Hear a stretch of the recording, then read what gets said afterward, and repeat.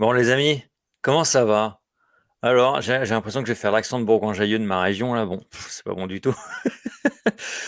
Bon, nous sommes avec Alexis Masbou, le petit prince d'Albi. Je voulais te donner ce petit surnom aujourd'hui pour parler de ce GP des Amériques qui était, voilà, on a eu enfin du spectacle, Alexis. Ça fait plaisir, non? Ah, c'était bon. Ah, enfin, de belles bagarres dans toutes les catégories. En plus, franchement, Voilà. c'était chaud de partout.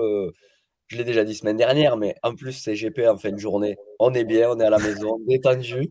Et là, ça envoyait trois catégories où c'est que c'est la bagarre, où c'est qu'il se passe des choses à tous les Mm, étages. Voilà, c'était cool. En plus, plein de surprises au final, mm, parce que à peu près tous les résultats étaient inattendus. mm. Ou en tout cas, il y avait des surprises à tous les niveaux. Donc vraiment, vraiment top comme GP. Après, on est quand même habitué parce que le GP d'Amérique, hormis quand Marquez gagne chaque année, mais sinon, en règle générale, dans toutes les catégories, ça reste un beau circuit avec de grandes lignes droites, Mm. des gros freinages pour faire des dépassements, Ouais. une grosse partie sinueuse où c'est qu'on voit aussi beaucoup de chutes à haute vitesse. Donc, c'est toujours très spectaculaire. Mm. Juste la seule chose à noter, c'est que pour une fois, il n'y a pas eu de drapeau rouge, chose qui arrive très très souvent en Amérique pour ce GP. Donc, pour une fois, les courses ont pu avoir lieu de façon normale et il n'y a pas eu de passage par la voie des stands. Introduction propre. Merci beaucoup. On n'a pas parlé des boss. Direct. On Allez, bonne soirée. On n'a pas parlé des boss, on a eu un petit peu moins, mais il y en a eu quand même. On n'a pas vu de whip, mais, mais bon, voilà, ça s'est relativement bien passé avec la victoire d'Enea Bastianini. Alors c'est pas le nouveau shérif parce qu'on va parler de Marquez après, mais quand même il nous a fait un rodéo. Je voulais faire des jeux de mots là sur les cowboys tout ça. Il nous a fait une course. Voilà, deux victoires déjà en tête du championnat. Waouh, Bastianini, les stratégies là incroyables. Dingue. Là, Bastianini, c'est assez incroyable ce qu'il nous sort. Après, est-ce qu'il va tenir toute la saison? Ça, c'est encore une autre question. Mais en tout cas, pour l'instant, son début de championnat est quand même impressionnant. D'ailleurs, je le sentais assez bien parce que, bon, déjà, les chronos étaient bons pendant le week-end, mais surtout son attitude. On sentait que quand il n'était pas aux avant-postes, il était vraiment déçu de ses performances, etc. Donc, c'est vraiment qu'il se sent en confiance, qu'il se sent capable de jouer devant. Et en course, il a été impérial, hein. Très calme, très posé. Bah, Il a il l'a remonté. dit, en fait, je vais reprendre ses propos, c'est que je vais remonter un petit peu parce que je prends des notes en même temps, les amis, sinon je pourrais pas tout gérer. Ma stratégie aujourd'hui était d'économiser mes pneus et aussi mon corps parce que le premier secteur en particulier est critique, quoi. Voilà, il a parfaitement géré sa course. Oui, c'est ça. Alors après, on sait qu'Austin est très physique, même si cette année, avec un peu moins de boss, c'était forcément un peu Mm. plus facile pour les pilotes. Mais le premier secteur, avec, il me semble, 13 virages, ou en tout cas 12 virages qui s'enchaînent très très rapidement à haute vitesse, c'est très physique. Bah, il le dit lui-même, mais ça se voyait vraiment dans son attitude. C'est-à-dire que début de course, il s'est placé aux avant-postes pour pas prendre de risques, pour être prêt à attaquer. Il a géré sûrement ses pneumatiques aussi, parce qu'on a vu qu'il y avait beaucoup de pilotes en fin de course qui ont quand même Mm. dû réduire leur rythme. Et puis je pense quand il a décidé de mettre en place son rythme, il est remonté, il est passé devant. Et surtout quand il a passé Miller, là, il a montré à tout le monde qu'il n'y avait aucune possibilité de venir le chercher. Et d'ailleurs, je pense que ça a un peu dépité Miller qui s'est vraiment écroulé après ce dépassement. Justement, Jack Miller, ça fait plaisir de le revoir sur le podium. Début de saison très très compliqué. En plus, il y a ces prolongations qui traînent dans la tête là. Qu'est-ce qui va se passer pour lui l'année prochaine? Jack Miller, bon voilà, oui, il a attaqué, il le sait, il a attaqué très fort. Il était en tête pendant plus de la moitié de la course, si je me trompe pas. Bon, Bastiani l'a doublé, mais ça reste un résultat super positif pour lui. Ah oui, bah, le podium, de toute façon, il est plutôt surprenant, mais en même temps, ils ont tous les trois fait une très très belle course. Bastianini a géré parfaitement et c'était là, c'est une nouvelle fois la surprise parce qu'on a vu exactement faire ça au Qatar. Et puis pour Miller, lui, c'est quand même assez étonnant parce que il s'est mis dans une position qu'on n'a pas l'habitude. C'est-à-dire que Jack, il est très rarement aux avant-postes à mener le Grand Prix, à rester devant et à tirer le groupe. Là, il a vraiment essayé de s'imposer, de montrer que ben, il était de retour en confiance. Qu'il Moi, avait c'est vrai sa qu'il place. avait sa place, exactement. Et moi, depuis le début de l'année, je le vois pas loin de faire des bonnes performances, mais c'est vrai qu'il a jamais concrétisé. On reviendra sur Bagnaia après, mais je sens Miller plus en forme en ce moment que son coéquipier, et pourtant, il n'avait rien concrétisé jusqu'à présent. Donc là, c'est bien qu'il ait saisi cette Mm. opportunité de se montrer, de se mettre en avant et d'aller chercher des gros points. Après, c'est vrai que il est peut-être un peu déçu de finir 3 après cette course en tête, quasiment de bout en bout. Mais bon, c'est une très très belle performance pour lui. Et forcément, comme tu le dis, on est en train de parler de contrat, de négociations en interne, même si on ne sait pas trop ce qui se passe. Il y a quand même des choses qui se passent. Et forcément, Miller y pense et veut sa place chez Ducati officiel l'année prochaine. Ça va être intéressant à Portimao de voir tout ça, comment ça s'enchaîne. Alex Rins, pareil, il fait partie de ces pilotes qui ne connaît, enfin voilà, ils sont pratiquement tout le monde ne connaît pas son avenir pour l'année prochaine, mis à part Bagnaia, mais Rins, on sait que lui il a la pression avec la saison compliquée l'année dernière. Là, il nous fait un super début de saison. On sent que les Suzuki, bah voilà, elles sont bien, elles sont en forme. Il est pas tombé parce qu'on sait aussi que quand il est aux avant-postes, ça peut arriver. C'est solide là, non? À moi, la plus grosse surprise, Borin, c'est qu'il soit pas tombé, hein. Je veux dire, quand on voit les freinages qu'il Si tu faisait, nous regardes, quand on voit les freinages qu'il faisait dans l'épingle juste avant la longue ligne droite, à tous ouais. les pilotes d'ailleurs, hein, il partait à chaque fois, il avait 5-10 mètres de retard et il plongeait tout inter. Et tu te dis ça va partir. Moi, je me disais, à un moment, il va forcément perdre l'avance, c'est pas possible. Et puis non, il a bien géré. Alors, j'ai vu plusieurs interviews où c'est que tout le monde dit, c'est bon, il a passé un cap, il tombe plus, on est tranquille, Rins va tenir toute la saison. Je serais pas aussi catégorique. Je lui souhaite, Si parce tu que nous bon, regardes, ça fait partie des bons pilotes. Mais c'est vrai qu'avec les risques qu'il a pris pendant la course, à tout moment, il pouvait quand même perdre l'avant. Après, on peut quand même noter que la Suzuki a encaissé ça. hmm, On peut voir Mir dans la même position, qui était aussi très très fort quand même sur les freinages sur l'angle. Donc c'est que la Suze le permet quand même. Mais Rins au Grand Prix d'Amérique, c'est quand même un de ses circuits favoris. c'est vrai. En tout cas, Il où a c'est qu'il gagné. performe. Déjà gagné là-bas.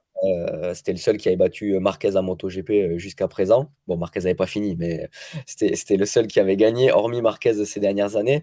Et puis surtout, ben, il y avait quand même un gros déficit face au Ducati dans les lignes droites. Donc il fallait bien un endroit trouver une solution pour dépasser tous ces pilotes Ducati. Et voilà, il a bien géré.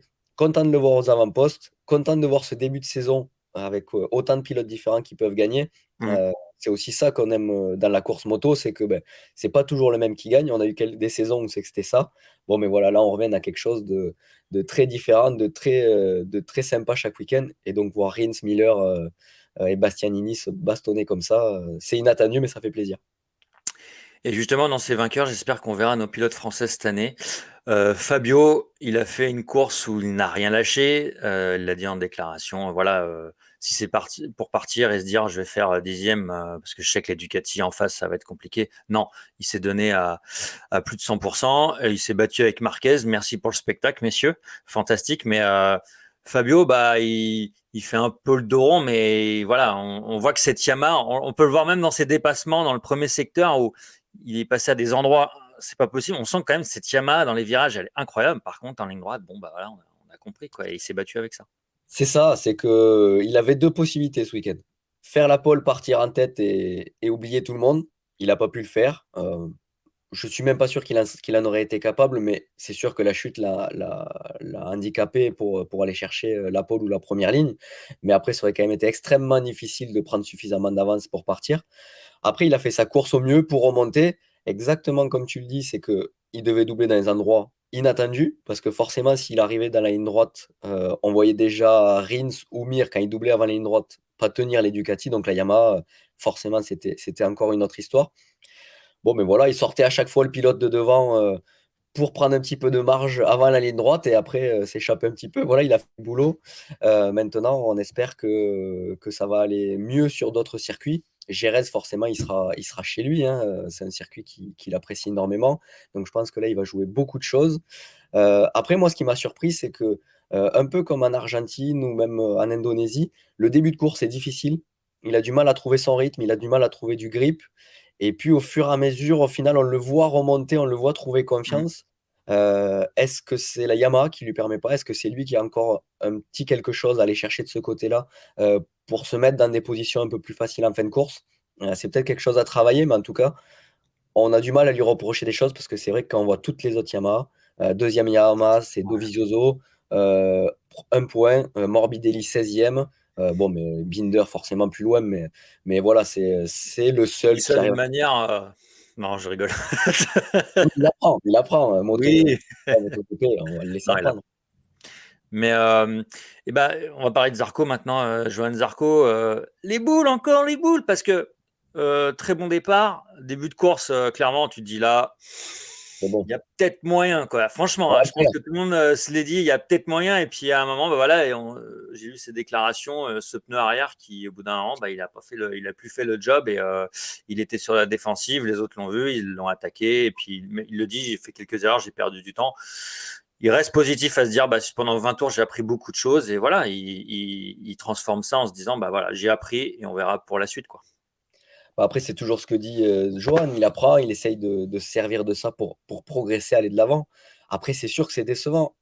Encore une fois, parce que c'est vrai que semaine passée, on attendait aussi encore un petit peu plus de lui et on aurait aimé que ça fonctionne. Là, il prend le bon départ. On l'avait vu sur les séances d'essai qu'il était très très rapide. Il était même plutôt un des plus constants dans les bons chronos. Donc, pour moi, ça paraissait être le bon week-end pour aller finaliser ça. Les Ducati étaient quand même énormissimes ce week-end. Mm. Donc c'est vrai qu'on le voyait vraiment au minimum sur le podium, voire mieux. Et donc c'est une nouvelle déception. Après, on est déçu parce qu'on attend des choses bien de lui. Mais c'est vrai que c'est dommage. Après, il a commis beaucoup d'erreurs à la suite de la course. Est-ce que c'était le pneu? Est-ce que les pressions étaient bonnes? Est-ce Mm. que il n'a pas trop usé sur le début de course dans sa façon de piloter? Je sais pas, mais il y a eu quelque chose parce qu'après, il a commis beaucoup d'erreurs, chose qu'il ne fait pas habituellement. Mais bon, quoi qu'il arrive, la course était perdue à partir de la mi-course quand il a commencé à rétrograder. C'était plus possible pour lui. Mais dommage. Encore une opportunité de victoire de perdu, mais en même temps, si on regarde depuis le début de l'année, il est capable de gagner presque, ou en tout cas de faire des podiums sur presque chaque Grand Prix. Donc maintenant, ben, on va falloir que ça concrétise, tout simplement. Yes. Nous allons parler de l'animateur de cette course, Marc Marquez. Peut-être Qui? qu'il a fait exprès pour nous faire kiffer de partir, de faire semblant d'avoir une galère sur la ligne de départ. Bon voilà, en tout cas, il le dit. Entrée en grille, il y avait une alarme sur la moto était folle, c'est ses propos. Enfin voilà, ça a été traduit comme ça. Il est parti, donc on a vu ce départ. Tu dis bon bah là il y a un problème et apparemment après la moto ça allait à peu près enfin à peu près pour un gars qui remonte comme ça comme une balle. Si elle était parfaite là, je sais pas ce qu'il aurait fait. Non, mais voilà, mais si t'aimes le MotoGP, je vais le dire, les amis, t'aimes Marquez, c'est incroyable ce qu'il a fait. Et la remontée, elle est incroyable. Bon, alors, on sait, Austin, c'est son circuit, mais c'est fou quand même. Même en plus, la moto, tu la vois bouger dans tous les sens à des endroits. Tu vas, Alexis, s'il te plaît, tu vas te faire dis-moi que bâcher. t'aimes bien Marquez, quoi. Mais tu vas te faire bâcher dans les commentaires. C'est pas parce que Ouais, je sais, allez-y, je crois que tapez-moi, tout le monde tapez-moi. n'apprécie pas Marquez. Je sais, Que ça non, mais soit en c'est MotoGP. incroyable. Non, mais incroyable. Après, je connais les discours actuels où c'est qu'il faut faire attention, Marquez, les risques, etc. Ça n'empêche Bien qu'actuellement, sûr. c'est un des meilleurs pilotes du monde. Que s'il en est arrivé là, c'est parce que toute sa carrière, toute sa vie, il a pris des risques, parce qu'il le fait tout le temps. Et à ce qu'on a vu encore ce week-end, il n'a pas décidé d'arrêter et il n'a pas décidé de laisser passer sa chance d'être à nouveau champion du monde. C'est aussi le caractère qui fait qu'il est devenu champion du monde de nombreuses fois. Après, forcément, quand on le voit prendre certains risques, en tout cas quand il double, par exemple, Vinales et Binder, on se dit, Ouais. c'est bon, ça va être chaud, il va se remettre par terre. Bon, il gère, il sait quand même faire ce genre de choses. Ça fait peur, mais Marquez, il est là et il a été champion du monde parce que c'est un hargneux, parce qu'il a la dalle, tout simplement. Ouais. Et là, il a encore montré une vraie course à la Marquez, hein. C'est un des seuls ou un des très rares pilotes en partant dernier qui peut vraiment aller chercher ce genre de résultats, Ouais. remonter comme une bête, faire des chronos de ouf. Euh, voilà, il nous a régalé. Moi, je pensais même qu'il allait pouvoir remonter un peu plus, mais c'est vrai que fin de course, il a En marqué. fait, il l'a dit physiquement, il a senti que son corps, il pouvait plus en fin de course, c'est ce qui explique sûrement ça. Ouais, les 5-6 derniers tours, il a baissé d'une demi-seconde au moins. Mais bon, c'est sûr que physiquement, je pense qu'il n'est pas encore à 100%. Ça Hmm. fait un moment qu'il traîne ses blessures. Je pense que maintenant, de toute façon, il est obligé de composer avec ses blessures et qu'il va devoir composer jusqu'à la fin de sa carrière avec. Et que là, bah, il avait fait un magnifique Grand Prix. Et il nous montre que Marquez n'est pas mort et qu'il va falloir compter sur lui. Ouais. Je reviens sur le classement parce que je voulais qu'on en parle. C'est Monsieur Pecco Bagnaia. Bon, c'est quand même une grosse déception. On a bien vu que la Ducati, elle fonctionnait sur ce circuit. C'est pas lui qui gagne cette course avec la Ducati. Il est même derrière Jack Miller, Bastianini. Enfin voilà, c'est le seul cas prolongé. Est-ce que ça joue? Je sais pas. Je sais pas ce que tu en penses. Alors, est-ce que ça joue? Oui et non. Je pense pas que lui soit moins bon parce qu'il est prolongé. Par contre, je pense que les autres essayent vraiment de se surpasser Ouais, c'est parce ça en fait. qu'ils en ont besoin. On le voit souvent pendant ces périodes-là. Après, ça n'empêche qu'il y a quand même un problème parce que depuis le début de la saison, on ne le voit pas. On le voit très très loin pendant les essais. On le voyait quand même sortir quelques tours en qualification ou en séance libre pour se mettre un peu aux avant-postes. Mais on le voit très très difficilement arriver à faire ces chronos-là. Là, pareil, en course, il sort un ou deux tours un peu rapides vers la fin de course. Mais c'est très difficile de comprendre. Après la fin de saison magnifique qu'il a fait l'année passée, il teste la moto, il dit là, l'année prochaine, on vous cartonne tous, vous n'allez pas nous voir, etc. Et là, on ne le voit pas. On le voit très, très. Enfin, en tout cas, on le voit pas. Si, on le voit devant, mais Hmm. on devrait le voir beaucoup mieux que ça. Et c'est pas le cas. Et ça devient difficile pour lui, j'imagine, de donner des explications. Ouais, parce que je remate je remate, je parle mal. Je regarde le championnat des pilotes, enfin le classement. Il est quand même à 23 points. Bastiani à 61 points déjà. Donc à un moment là, la prochaine, faut y aller quoi. Bah, là, c'est sûr que le retour en Europe Ouais. va donner la suite de la saison. S'il est encore dans ces difficultés, je pense que la saison va commencer à être difficile parce que c'est un pilote d'usine et on n'attend pas qu'il fasse Hmm. des cinquième ou sixième places. C'est un autre stress. Donc, il va falloir que lui et l'équipe trouvent des solutions. Et surtout que se faire taxer par la Ducati 2021, ça va quand même pas faire plaisir à Ducati longtemps. Hmm.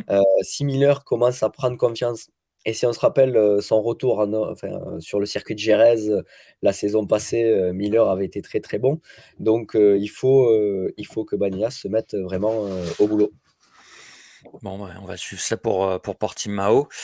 Nous allons parler du Moto 3 avec la victoire du beau gosse. Je l'appelle le beau gosse du Moto 3 parce que quand même avec ses cheveux blonds là, Jaume Mazia, on est content pour lui parce que l'an dernier c'était pas simple, déjà malchance et puis se retrouver avec Acosta. Bon bah là, tu fais bon, bah, allez-y les gars, on verra l'année prochaine. Non mais en tout cas belle victoire, belle bagarre, encore toujours du spectacle en Moto 3 et voilà, ça peut peut-être, enfin il fait partie des favoris pour le championnat quand même. Oui, il fait partie des favoris pour le championnat. Après, c'est vrai que son défaut, c'est de chuter trop souvent. Donc maintenant, s'il arrive à régler ce problème, ça fait quand même partie des meilleurs pilotes de la catégorie depuis quelques saisons maintenant. Mm. Il est dans le meilleur team du championnat ou l'un des meilleurs teams du Mm. championnat. Donc oui, il faut qu'il arrive à passer ce step de régularité pour jouer le titre.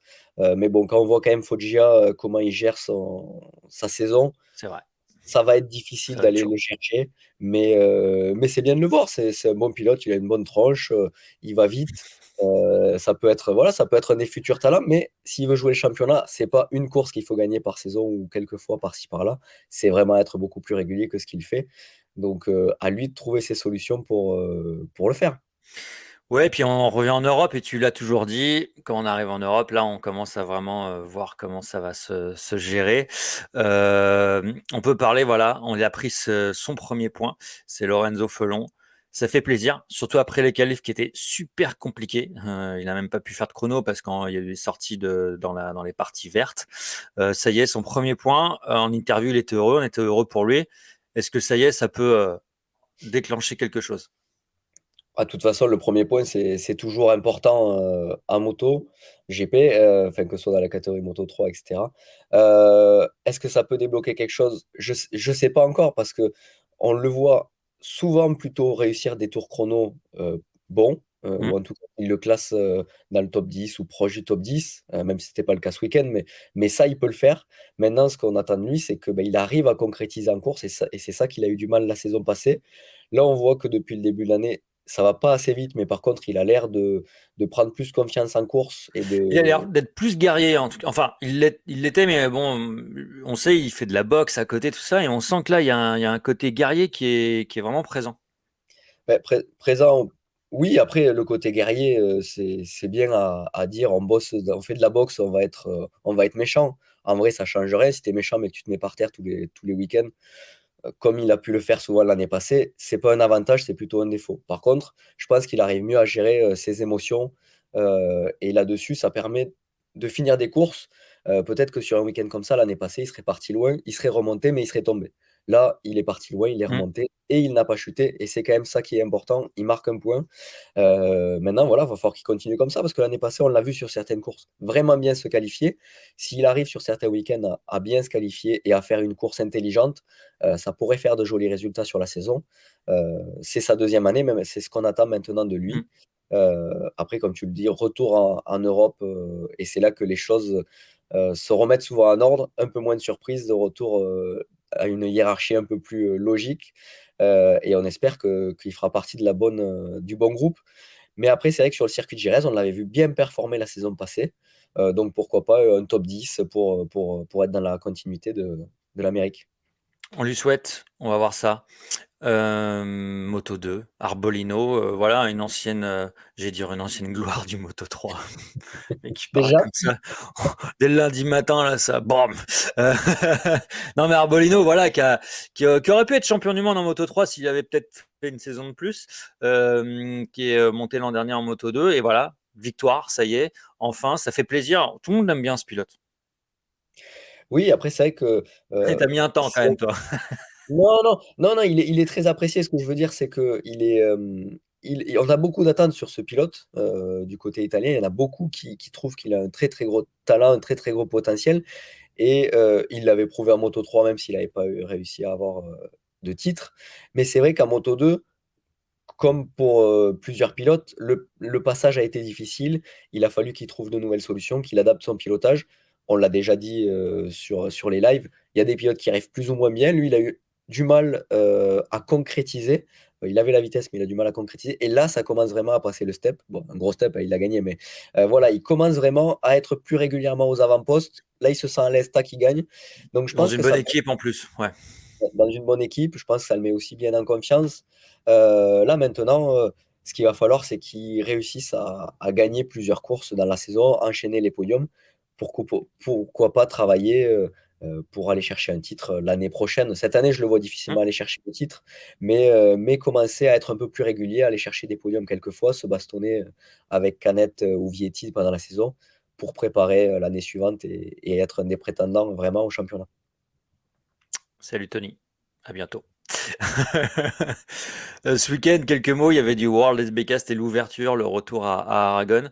Bon, pas forcément de surprise, en tout cas sur les trois pilotes qui vont jouer le titre. Hein, Toprak Razgatoglu, Alvaro Bautista, deuxième manche, superbe victoire.